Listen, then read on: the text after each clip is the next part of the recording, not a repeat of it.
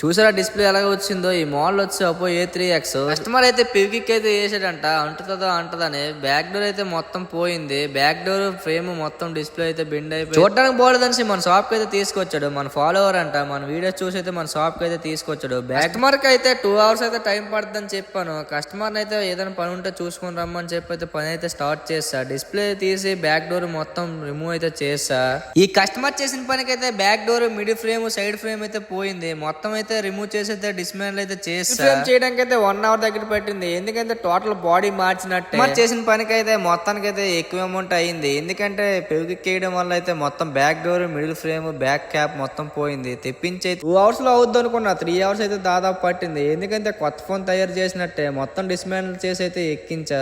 Mistakes అయితే చేయకండి, ఎందుకంటే ఇలాంటి ప్రాబ్లమ్స్ వస్తాయి. లుక్ అయితే వచ్చింది, కొత్త ఫోన్ లాగా అయితే రెడీ చేస్తాం. మీకు కూడా ప్రాబ్లమ్స్ ఉంటే మన ఆర్ఆర్ మొబైల్స్ కి అయితే విజిట్ చేయండి. Thank you. నెక్స్ట్ వీడియో అయితే కలుద్దాం.